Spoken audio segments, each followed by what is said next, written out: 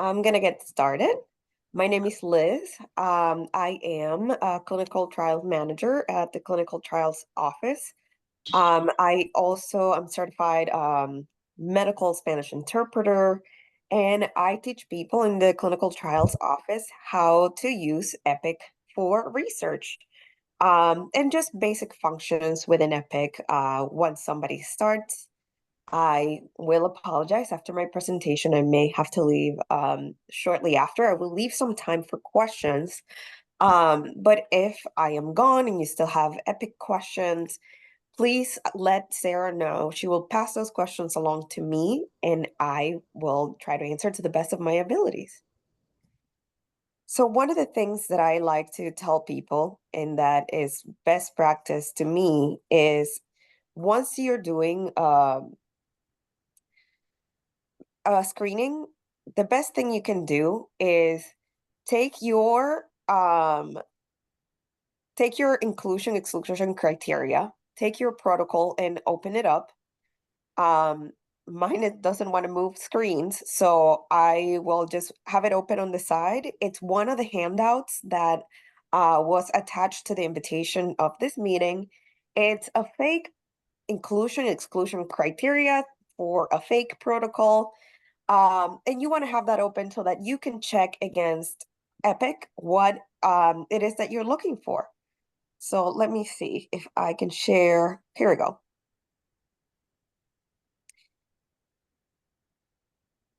So I have switched. Okay. So now I'm sorry. Did somebody have a question? No, I think someone was just muting themselves. Oh, I see. So this is phase 3 trial in which we're gonna look at a double-blind parallel group placebo-controlled trial to evaluate the safety and efficacy and tolerability of 300 milligrams of subcutaneous maple syrup versus placebo in combination with standard of care therapy in patients with active lupus nephritis. You can see the inclusion criteria here. I'm not going to read it to you. And the exclusion criteria, again, this is one of the handouts. And we're going to go through the inclusion, exclusion, and I am going to show you in Epic where you can find that information. And there's multiple ways of doing things within Epic, and that's why it can get confusing for people. So I'm going to go back to the research module, the playground. Here we go. The very first thing that I think you should do is you know who your PIs and sub-Is are for the trial. And you know which clinics would be best to recruit from, or at least you should identify that once you're starting a trial. So the first thing I recommend is go into the schedule. The way you'll see this when you first open it is usually like this, and it's hard to find where to go. So you're going to drop this little arrow down, and you're going to unpin it. And you can create your own schedule with the PIs and sub-Is for your particular study. For this study, it looks like it's nephrology.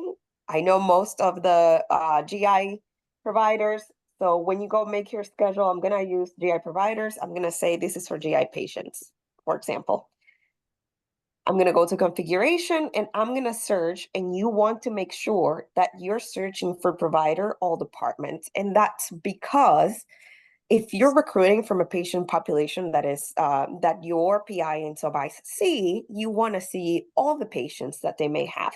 So I'm going to do Daniel Stein. He's a gastroenterologist. Here we go. And you can see next to their name, it says all departments. And I know Dr. Beniwal Patel. I'm going to search for her. Okay, it says all departments. And I'm just going to leave theirs for now, okay? When you go to general, you can add or remove. It comes with a standard number of columns, and those are the columns that you will see displayed up here. A lot of those I do not find useful, so I do not use them. I put the columns that I know I'm going to use. So for me, name, MRN, check-in time if I need to know when the patient's going to be checking in, time of appointment, and what type of visit it is, any notes from that. You can look for those. First, you'll search in here. You'll add or remove accordingly here. And if you need to remove any, this. And you can move columns up and down. For now, I'm just going to accept what's standard here. There's nothing's going to show up because this is a playground environment, and we shouldn't see real patients in here. That would be HIPAA violation, obviously. But these are all fake patients. If you know that you're going to be screening a particular clinic and you know that it doesn't matter how many providers are included in that list, you can just search for whatever department you're looking for in this search bar here. In this case, the clinic that is given to me as standard from the playground is this internal medicine clinic, and these are all test patients. So I'm gonna open one of them. And I'm gonna show you a couple of things. At some point, I am gonna go to a test patient that is not within the research environment because that patient is a little bit more complete than this one. And this one is opening a whole visit. So I'm actually gonna just open to review the chart. So I'm gonna highlight the patient, go to review. And this is the view that I want. Okay, so this is a snapshot of the patient. I've said multiple times, I do not find this very useful. But I'm gonna go back to our inclusion exclusion criteria. So I want my patient to be between 18 and 60 years or less, between 18 and 60 years old. Okay, I can see that here. If I click on this or demographics, I can see all of the data for the patient. So I can see where the patient lives, the address. I should be able to see their gender. And I'll show you on the other patient when I switch what they identify as. For this trial, it can be male or female. They have to have a biopsy confirm that they have a diagnosis of lupus nephritis with IgAN within 8 years prior to screening. And I'll show you, I'll go back. But I'll first say you can find demographics either. You can go through the snapshot and you click here. It's going to take you to this tab for demographics. Here you should see ethnicity, which is sometimes important for some of our trials. You'll see if the patient will need an interpreter in case you need to bring a short form to include that patient. A word about that, you can recruit 1 or 2 patients in a trial without having to translate the documents if you get an interpreter and the short form from the IRB. You can see the race that they have identified themselves as. So just basic standard demographic information, which we need for screening. So here, the only thing I'm looking for is this patient above 18, less than 60. Yes, they are. And male or female, it doesn't matter. So that doesn't matter in this case. BMI, you can confirm via vitals. This person doesn't have a calculated BMI. So I'm going to switch to the other environment, which is the regular research environment. And as you can see here, this is a test patient, no HIPAA violations. You can see here's what the pronouns that the person prefers, because it may say, this may be a transgender patient, and you may need a study where you need all males or all females. This is why this helps. It gives you the gender assigned at birth and what they identify as. So multiple things that I want to point out here. In order to look for, and I'm going to go down to synopsis here. Usually here, you'll see if vitals have been taken for this patient or a particular encounter, actually. There's multiple ways of checking that. So if I go to chart review, encounters, detailed report, if I scroll down, I should see what encounters they have had vitals for. But if you go to synopsis, You can actually see the date and find that encounter when those vitals were taken. This patient doesn't have weight and a height, which most of our patients will have. Again, test patients are not the best to show true screening. So I recommend you go to take one of your studies, take the inclusion exclusion criteria, have it open as you're doing this screening, and use these tools that I'm showing you right now to find the information that you need. So here you'll find the vitals. Usually this will have height and weight and any other labs that have been done in that day. Hey Liz, are you on the chart review tab? It's still in demographics for us on the Zoom. Oh, that's because let me share production. Here we go. Can you see the synopsis tab? Oh yes, so you were chart review and then yeah, we see the synopsis tab. Right. So, okay. So you can go to snapshot and then you'll go to synopsis and primary care view as well. You'll see usually most of our patients, again, will have values in here, height, weight. You'll find a summary here if there are vitals recorded for this patient that are more recent than this ones. Because it's a test patient, again, not very complete. Um, so here you'll find that initial information. Now, when it comes to exclusion criteria, is when you need to get into kind of the nitty-gritty of um, the patient's file. So you go chart review. Orange tofu.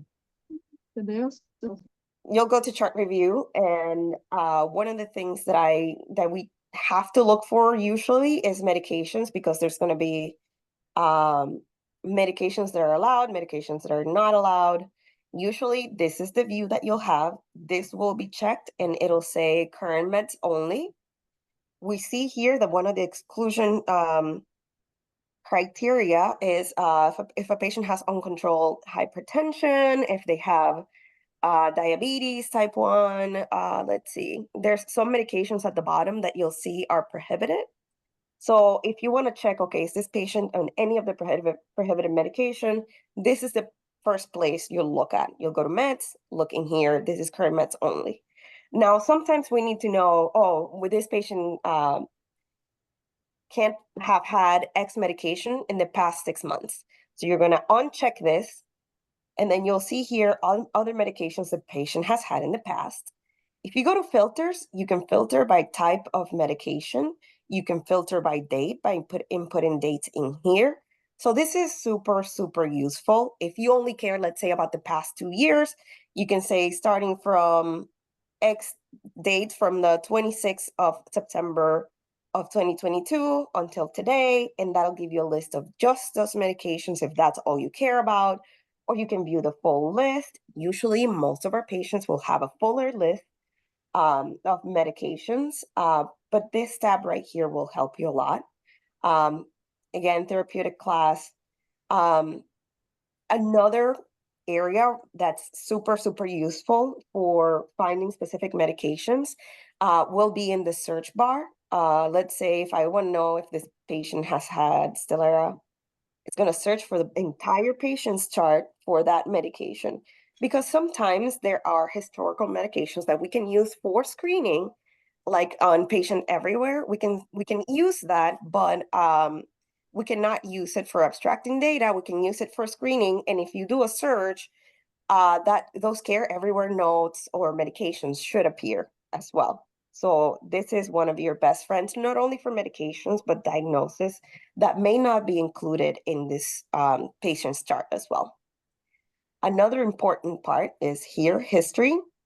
Past medical history is usually something we have to look at. If patient has had HIV, if patient has had, like we see here, diagnosis of diabetes or hypertension, this is where you'll find that.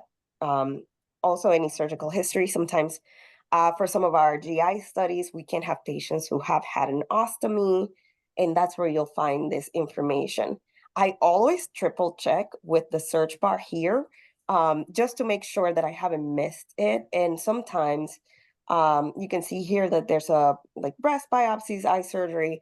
Sometimes if something has happened outside of greater and it's in Care Everywhere, again, we can use it for screening. You cannot use it to abstract data, but if that hasn't been reconciled into the patient's file, then it will not appear here.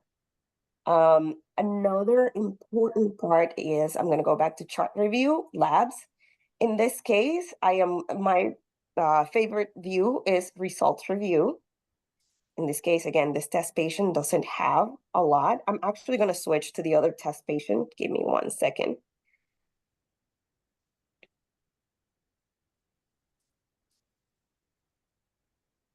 And I'm going to share that.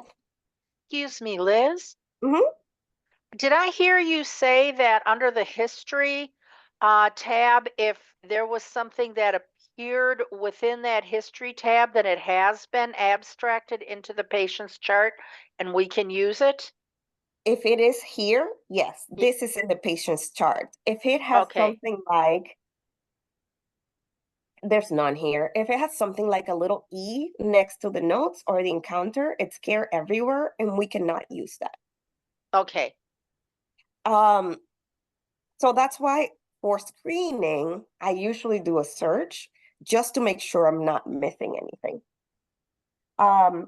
Another area that I was going to mention is the labs, and I am going to go to the results review. This patient has a few more labs than the previous patient, and you can do all results, or you can filter by amount of days. You can do specific dates, and you can again move this stuff around and personalize as you see fit. I like to have this stuff on this side. You can personalize that here.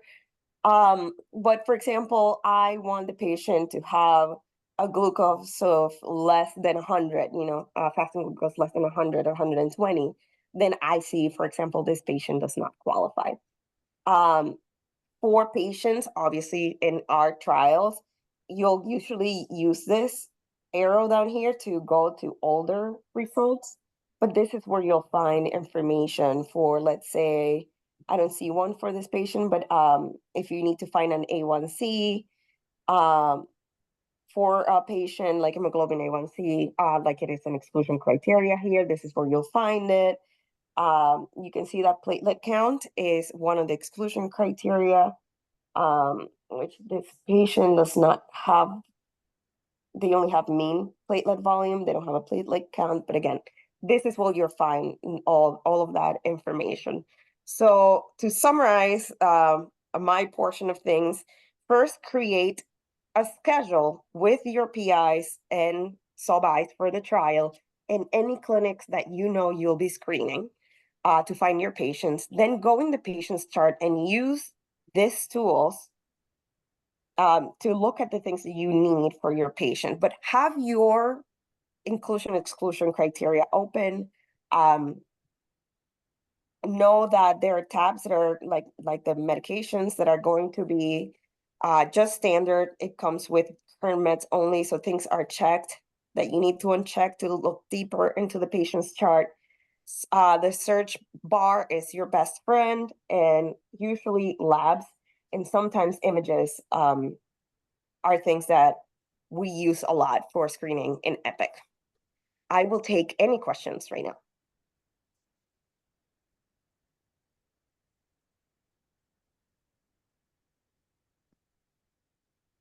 Okay, if there are no other questions, I'll pass it on to Christine.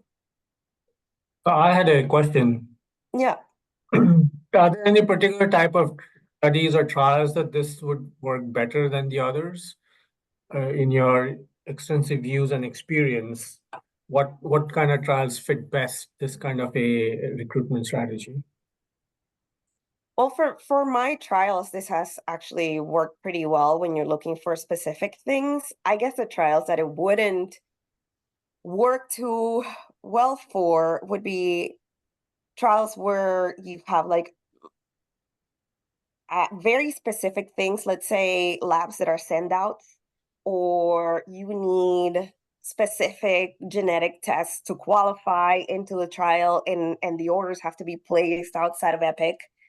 For the most part, though, I would say 99.9% of the trials have inclusion exclusion criteria that you will need to look for in here. Like you cannot avoid that.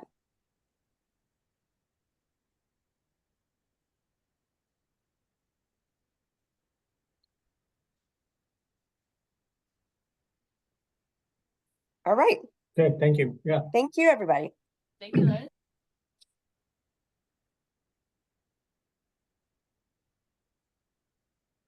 We're going to be passing this over to Chris Ozinski. All All of right. all of our presenters today are from the CTSI. How's the visual, Sarah? Looks good. We can see your All right. PowerPoint. Very good. Yeah, it looks great. Awesome. Thank you. All right. Hello, everyone. I'm Chris Osinski from the CTSI Biomedical Informatics Group. I have been with MCW and the CTSI for about 9 years, and I help manage the clinical research data warehouse.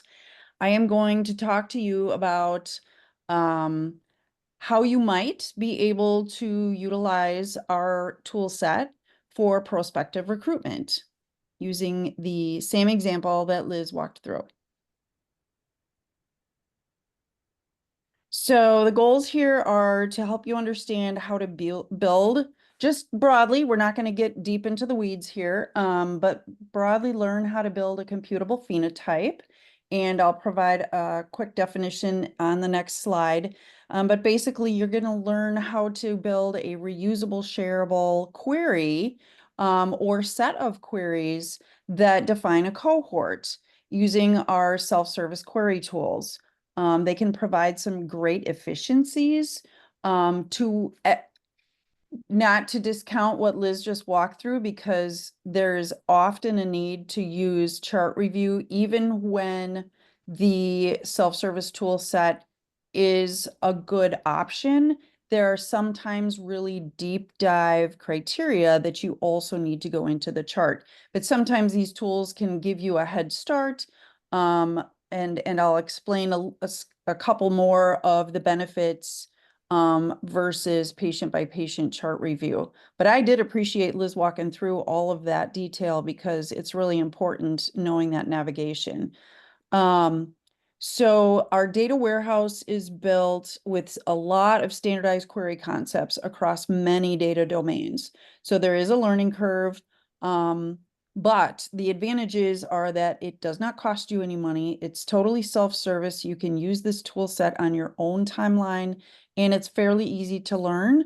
One of the really great features of our data warehouse is that the query tools that you use to build these computable phenotypes only have de-identified data. There's no HIPAA risk there. So if you're in total feasibility stage, like you have been delivered a definition, a study definition, and you're not even sure we have enough patients to do this trial, you can use the data warehouse to vet whether this is a good option for our site. And you can do that without ever having to write an IRB protocol, not even knowing who the patients are. So that's a key advantage of this tool set. And we have an IRB approved honest broker data extract process that you can use. And with the goal of hopefully minimizing your presence in the chart.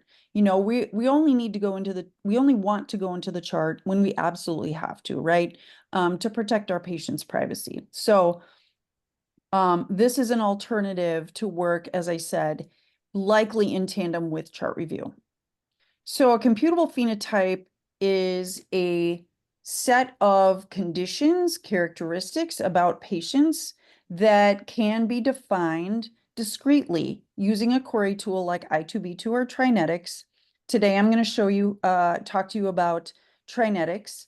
And you're pulling that data not only from the EHR, but maybe some other data sources. And that's another advantage of the data warehouse, is that we have other data sources like the physician billing system and the NACER tumor registry, some supplementary data that help build a perhaps more longitudinal picture of a patient's history.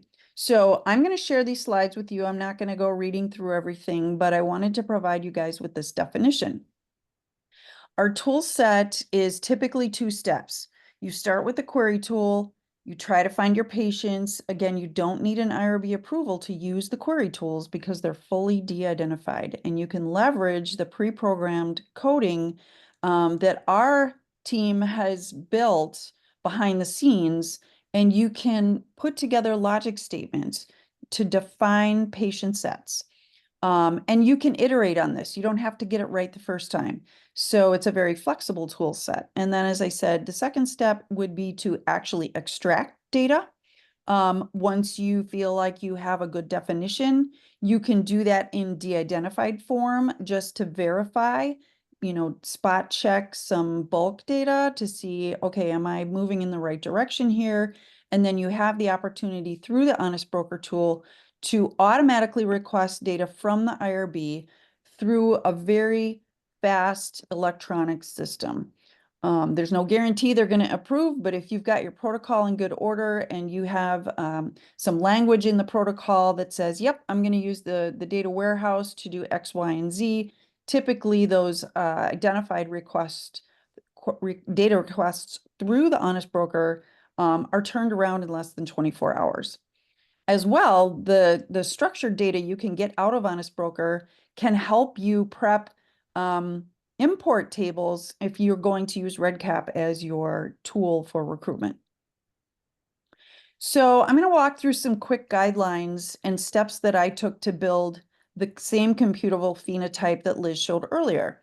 So you want to review the definition, like read through everything, make sure you understand all the words, all the acronyms, review the inclusions and exclusions. Again, some of the inclusions and exclusions might be squishy. They might be soft inclusions and stuff that maybe you need to go read some reports. Not everything is discreetly coded. So that is a disclaimer we like to make up front to frame expectations that maybe you can define 80 or 90% of these criteria, but you may need to go back into the chart and spot check some things. One of the cool things you can do in our data warehouse tools is prospectively exclude deceased patients. We have concepts for that make that easier. Our I2B2 tool also allows you to exclude patients who are flagged as please do not contact me ever for research. And that's not something I saw Liz show you, but I'm sure it's in there and it's something that you can verify as well using the chart. So my first thing that I did was review the definition, and I kind of flagged some things I didn't understand. Like I didn't really know what SC was. So Liz said sub Q, and that's cool. Now I understand what it means. SOC, I assumed it meant standard of care, but sometimes, the definitions you get from a sponsor are in sponsor speak or healthcare speak. And so it pays to do a little homework and figure out, okay, what are they actually saying? And, phone a friend, make sure you have a good understanding. And then we review the inclusion and exclusion criteria. So because our data is discretely coded, it's important to understand, all right, what are the data domains that we're going to have to reference once we get in the tool? And so I just made a little map here of each of the 5 inclusion criteria. Obviously age is a demographic, although you have the opportunity to define patients where their age is at an event like a visit. So you might want to leverage age at visit, but typically when you're recruiting patients, you want to know that they are in the correct age range in the current day, and that would and demographics would be your best domain for that. You can also use diagnosis for the IGAN. I admit I had to look it up. That's why I popped some things into red that I really wasn't sure about, and I had to go check that I had a good understanding. I figured out what proteinuria is as well, and the BMI would be available in the vitals.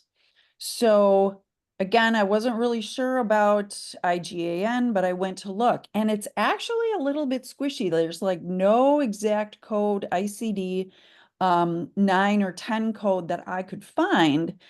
So I used the synonyms in the Trinetics tool And I tried different terms. IgA nephropathy, these are big words, glomerulonephritis, Berger's disease, and some other things to see if I could come up with the codes. But again, if the sponsor doesn't give you the ICD-9 or 10 coding, ask them for it. Sometimes these sponsor delivered definitions are a little too vague, in my humble opinion. So there's no harm in going back and saying, hey, did you guys put together a code set for this? Because I'd like to use a query tool, because that'll save me a whole lot of time and I won't have to poke through charts to at least get a basic definition formed and a short list of patients to start validating for eligibility. I also looked at the exclusion criteria. This example had a lot of exclusion criteria. That is not unusual.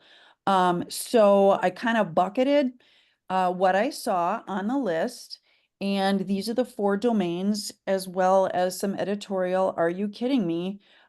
Things that I, was like, okay, let's see how this goes.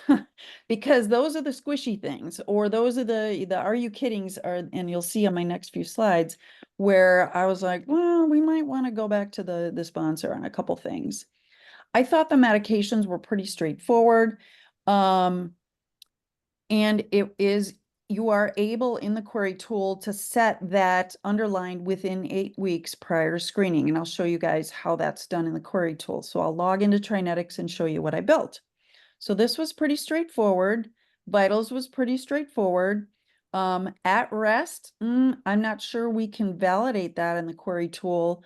Likewise, I get a little cranky about, when they just use acronyms and don't give you the actual, spell out what you mean, so everybody's clear. But here's the really big, are you kidding me? So just despite the combination of 2 or more antihypertensive, what's in that dot phrase there, that bulleted phrase, is definitely something that you'd have to go back to the chart for. It's really subjective. I don't think it's computable, but it might be. And I would need someone with more clinical background to help me understand how to build that. So sometimes things look complicated, but if you phone a friend and they help you break it down into good pieces and discrete pieces, sometimes the query tool, using some of the temporal features, can be programmed to make sense of these what appear to be more subjective criteria. And then diagnoses, yay, I gave a gold star because they spelled out diabetes mellitus, yay. And then, great, now you can use DM and we understand what it means. Whenever we've got evidence of, that's also where it gets squishy, because there's many ways to identify evidence of a condition or a situation. So again, having a code set from the sponsor will make this process a lot easier. I struggled a little bit with the criteria in C, because there was a comma between lupus and the IgAV. So is that meant to be 2 different criteria, or was it a single criteria? So just wanted you guys to see the notes that I took and the questions that if I were doing this, I'd shoot back to the sponsor. So labs were also fairly straightforward. I did have to do some research. It was not difficult, but it was kind of not a full, are you kidding me? But a really kind of a sigh, like, okay, greater than the upper limit of normal. So I was able to Google these and find some values, but I also found different ULNs for males versus females, and that is not specified here. So if those upper limits of normal need to differ by gender for this computable phenotype, then that creates more complex query criteria. It's totally doable, but that would be something you'd need to also specify with the sponsor. The non-standard lab units, the cells per millimeter cubed, there's an equivalent for that. I had to do a little math when I got into the query tool, but ultimately it made sense. And the other quarrel I had was, okay, are we assuming that these are blood specimens? This is a nephrology thing. Like, are you looking for urine specimens? Are you looking for these values in blood or urine or what? So that's also a clarification I would ask a sponsor. So in a recap, just a quick recap before I log into Trinetics and show you what I did. It took me about an hour. Now I'm proficient in the tools, but I'm a little slower because I don't understand fully all the clinical content. So I had to do a little bit of reference research. But overall, it didn't take me too long to build the query I'm going to show you. And the cool thing about Trinetics is that you can iterate on your queries. You don't have to get it right the first time. You can build some building blocks and do some checking as well. I was able to share this query with my friends, with my teammates, Shar and Liz. So there are some powerful features in this tool that allow you to work as a team. And honestly, it doesn't take long. Once you define your patients, you can export your lists of patients out of this tool very quickly, put them in the Honest Broker tool, and then get a demographics table, even in de-identified form, just to do some quick validation, making sure you have no deceased patients, and you have a mechanism to throw out the patients who said, do not contact me ever for research. Because we have a column, we have a data element for that in our Honest Broker tool set. And then moving on to the next step to identify or request identified data through the Honest Broker from the IRB for recruitment is a very easy next step. And my team will train you on how to do this. So we don't just give you access and release you into the wilds. We actually hold your hand through some training, and we like to use your projects as the training example so you actually get work done while you're training. Here's some just steps on how to get access, but I am not going to talk about that. I'm actually going to send you these slides so you can review them at your leisure. Now I'm going to pop into Trinetics, which uses your MCW credentials to log in. Sarah, are you able to see what I switched over to? Yes, we can. Excellent, thank you. If I could just get rid of all these little Zoom bars that are in my way. Make me crazy. Okay, I'm going to try to make this as big as I can. Okay. Thank you. Okay, good. And I can make it a little bigger. Yes. Okay, so when you first log into Trinetics, it takes you to the studies tab and it'll list all the different studies that you have in your library. So today I'm going to pop into my mock trial. It's kind of now that I've done some work, it's a little bit busy. But when you first log in, it's very sparse. And this is why we encourage everyone to go through a little bit of training so you understand what's on the screen and how to navigate and what to do first. So on the left, you have an activity bar. That is not hideable. That is always there, but it's very useful. On the right, you have your history of queries, which is hideable, to then open up the query tool and give yourself a little bit more real estate to work with. And so I started working with the Freighter Health Network. It's important. One of the first things you want to do when you log in here is make sure that you are querying against the proper network, because we have a whole bunch of networks that are available through this tool. Some more useful than others. The must-haves is where you put your inclusions. The cannot have is where you put your exclusions. And we have group functions that allow you to put criteria. I'm just going to scroll here so you can see what I did. Ungrouped terms are evers and nevers. So there were some criteria that were not temporally defined in the document that we were given. And so those are left at the top in the ungrouped section so that they must ever have this diagnosis and ever have a body mass index of 35 or more. So, and you can see there's a lot of nevers in the exclusions. And I might not have gotten this 100% right, but again, you can iterate on this. So in group 1, we had some criteria that said, all right, they need to have the diagnosis, the main diagnosis, within the last 8 years. And you can do that using the group function because there's different features within each group. And I used the time constraint. to build this 8 years ago look back. And you can use relative time or you can use specific dates. Question? Okay. Sometimes specific dates are the best way to go. Sometimes relative time is the best way to go. In this case, because you might come back to screen at a different time, you want that 8 years ago to shift. And so the relative time seemed appropriate for this definition.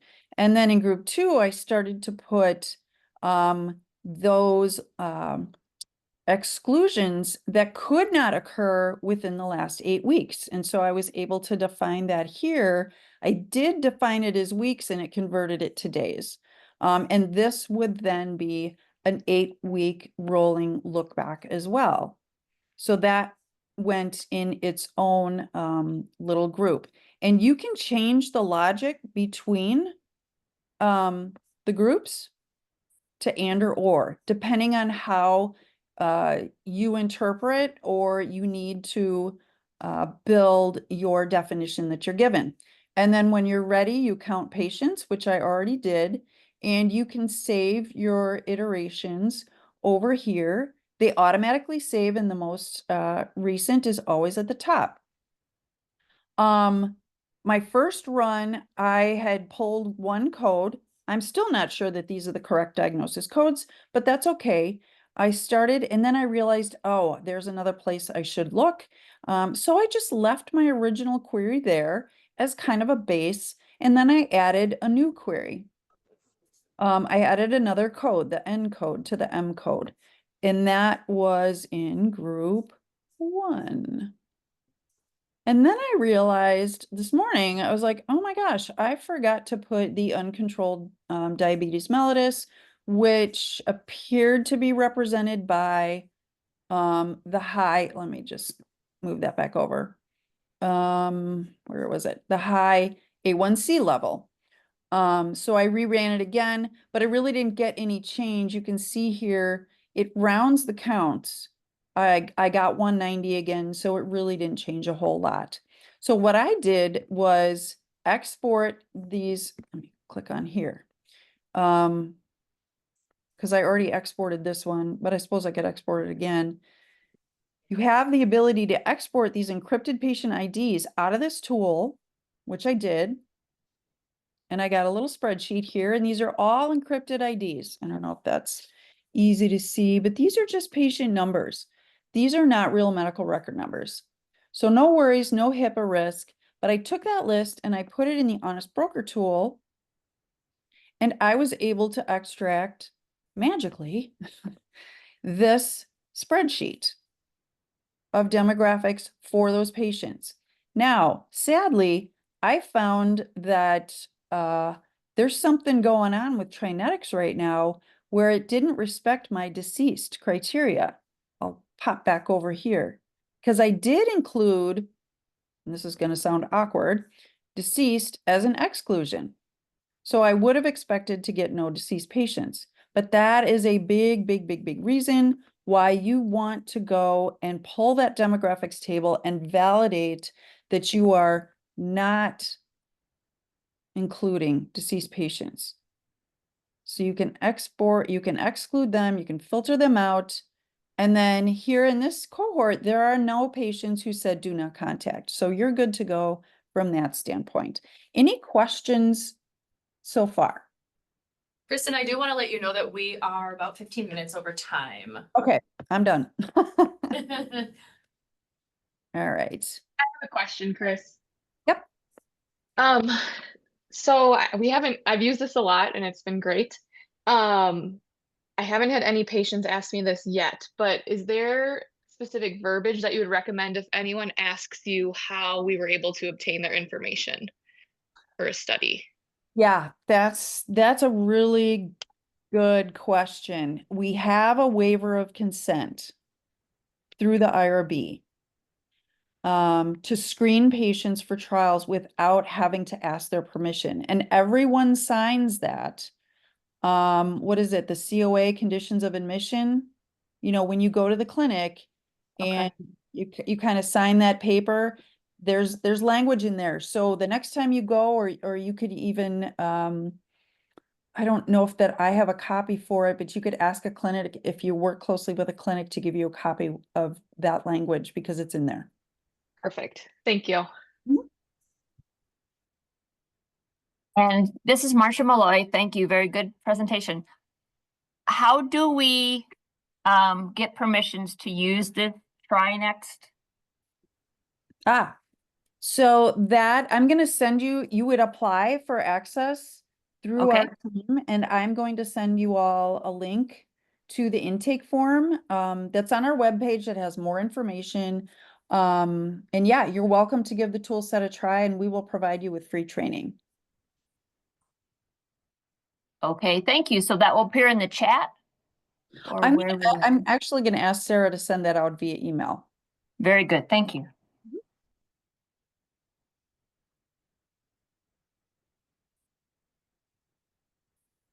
And sorry for going long. I could talk all day about this. All right, I think we're now gonna turn it over to Luann Sullivan, talk a little bit about community engagement. Yeah, so can everybody hear me okay? Yes. So yes, my name is Luann Sullivan. I am a project coordinator in the CTSI. I've been with CTSI about 4.5 years now. And one of my roles is to help with some of the community engagement aspects. And the community engagement item I'm going to show you now is actually what we call our recruitment and retention studio. So I do have a brief PowerPoint, but I think in the interest of time, we'll just have Sarah send that to you. It does have some background on, the recruitment studio, why we created the recruitment studio, the benefits of using it, and how to get to it. But I think I'll just go to the CTSI website and kind of direct you how to get to the recruitment studio from the homepage. So I'm going to share my screen. Can everybody see my screen? Yes. Okay, so this is the CTSI website. If you haven't had a chance to check it out, we have was revamped early this spring, I believe, or early this summer, I believe, in June, early June. So if you haven't had a chance to check it out, I highly recommend it. But what I'm going to show you is how to get to our services where the recruitment studio is. So you're going to go up top here to the investigators page, click under services for the drop down. We have a number of services. Some of you may be familiar, some of you may not. Again, I highly recommend kind of just checking it out when you have some time, but we're going to head to the recruitment and retention studio. So this is a tool designed to help with the recruitment of underrepresented and underserved minority populations in research. So this is an area where investigators, teams can reach out to request help in reaching out to these particular communities. So it does give some background. So if you want to read here, but what I'm going to show you is at the very bottom. So you can request a consultation. So it'll take you to an intake form. It's a very kind of simple intake form. We'll need some background on, demographic information on who's requesting it, where you're requesting it from. But here is the project description. If you have a student project, if you're part of an investigator, if there's funding, you have the opportunity to upload protocols. The more information you can give us about your project in advance of the consultation, the better.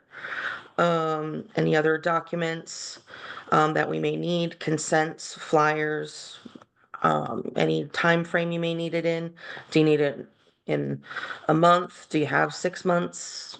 Kind of thing. And then here is a list of services. So feel free, you can check multiple of these. You don't have to only, stick with one if you know that there's a couple things you would like help with. There's just some general consultation, just, trying to get some background on how to address barriers, feasibility. Do you want a consultation with specific community members? Do you have a group in mind that you really want to try and find a way to better recruit from? Do you want to discuss how to develop strategic recruitment? Like how best to do that? Social media marketing. How do we reach out to these communities in a way that they'll engage via, social media? Feedback on cultural linguistics. This could be very useful for, say, you have a consent and you want to have the consent in Spanish. How do you translate that appropriately? How do you put the language in there so that, you don't inadvertently cause offense or confusion? Consultation, just a general consultation for, diversity, equity, inclusion access.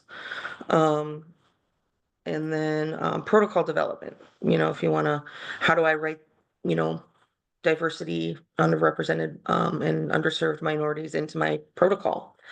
And then we do have an option for just none of these fits, you have a very specific request, and then you can submit that request.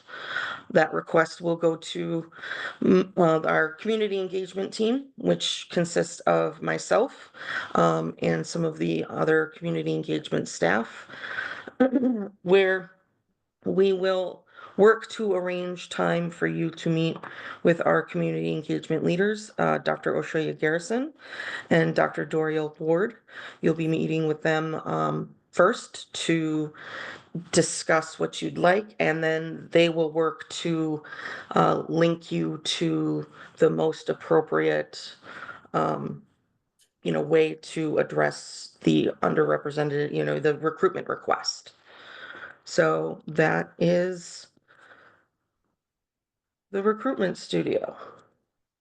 It's just a quick just a way to request a specific service on how to engage our underrepresented and underserved minority populations.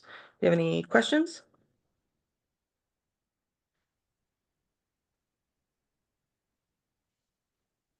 Thank you so much, Luann.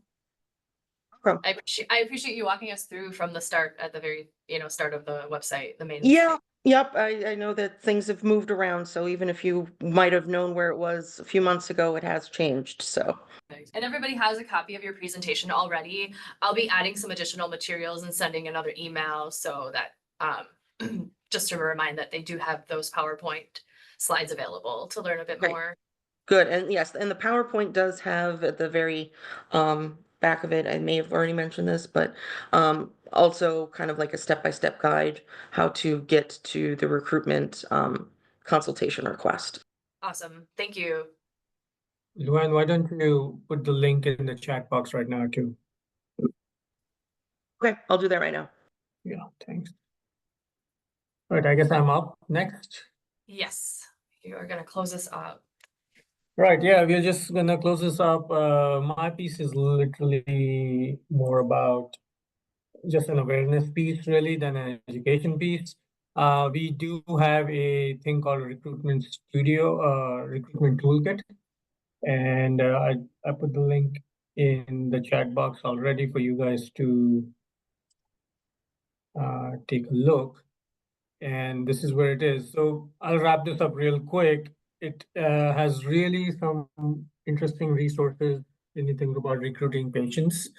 And I don't have time to go through each one here right now. But there are also hospital and insurance databases. There are state and federal agency databases that are linked up here. And in fact, there's WHO and some other global databases that you could use depending on what your trial is. Two things that I want you to take from this is Research Match. Research Match is an excellent tool to recruit patients nationally, especially for healthy volunteers and rare diseases. It's a national database. There are thousands, hundreds and thousands of people signed up, and it's really simple to use. So please think of it when you are looking at especially those two type of populations, because they are both really hard to find. The other thing I want you to, so these are all patient interest or advocacy groups as well. So they are local or state. So if you have a study that is particularly addressing any of these groups, this is a great starting point for recruitment. The Trial Innovation Network is really what I was, let that go. Yeah, here. Trial Innovation Network is operated by the NIH and is funded by NCATS, and they have excellent tools. They have excellent templates. They have scripts. They have toolkits. They have apps. You name it, and it's all here. All the stuff here in green is there for you to use. All of it is free. All of it is being developed by and vetted by academic institutions. They are not like, some private company, this, that kind of stuff. And it's on NIH's website. So it's all like, kosher. And there's a whole bunch of these tools. I could talk like a whole hour for this. Just find a time, go over these. I think you'll find them very, very helpful. And that's all I had. And again, I have put this link in the chat there. There's one question in the chat. Do we need to include in our IRB submission that we plan to use Research Match? Yes, you do. The IRB actually has approved a specific template that needs to go into the consent form, and you have to use that particular language. So IRB has that stuff there. And where do we find that language, that template? Need a sweater, it's cold in there. I can email it to you guys. I don't know exactly where to Okay. go right now. If but- Sarah can pass that out, thank Yeah. you. Mhm.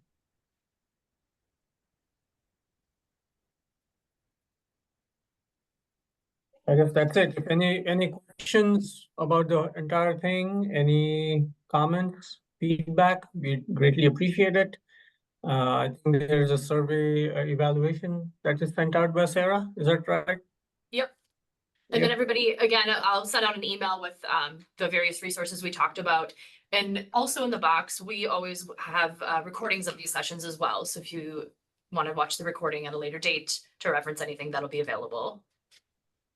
And all of our past presentations are also available in the box link. So if you want to check out some of our past session topics of interest, the recordings are all in there for you as well. Okay, I guess if there are no questions, we can adjourn. Excellent. Thank you, everybody. Thanks to all the Thanks, everyone. presenters. Thank you. Thank everybody for joining us. Thanks, Sarah. Thank you. Goodbye.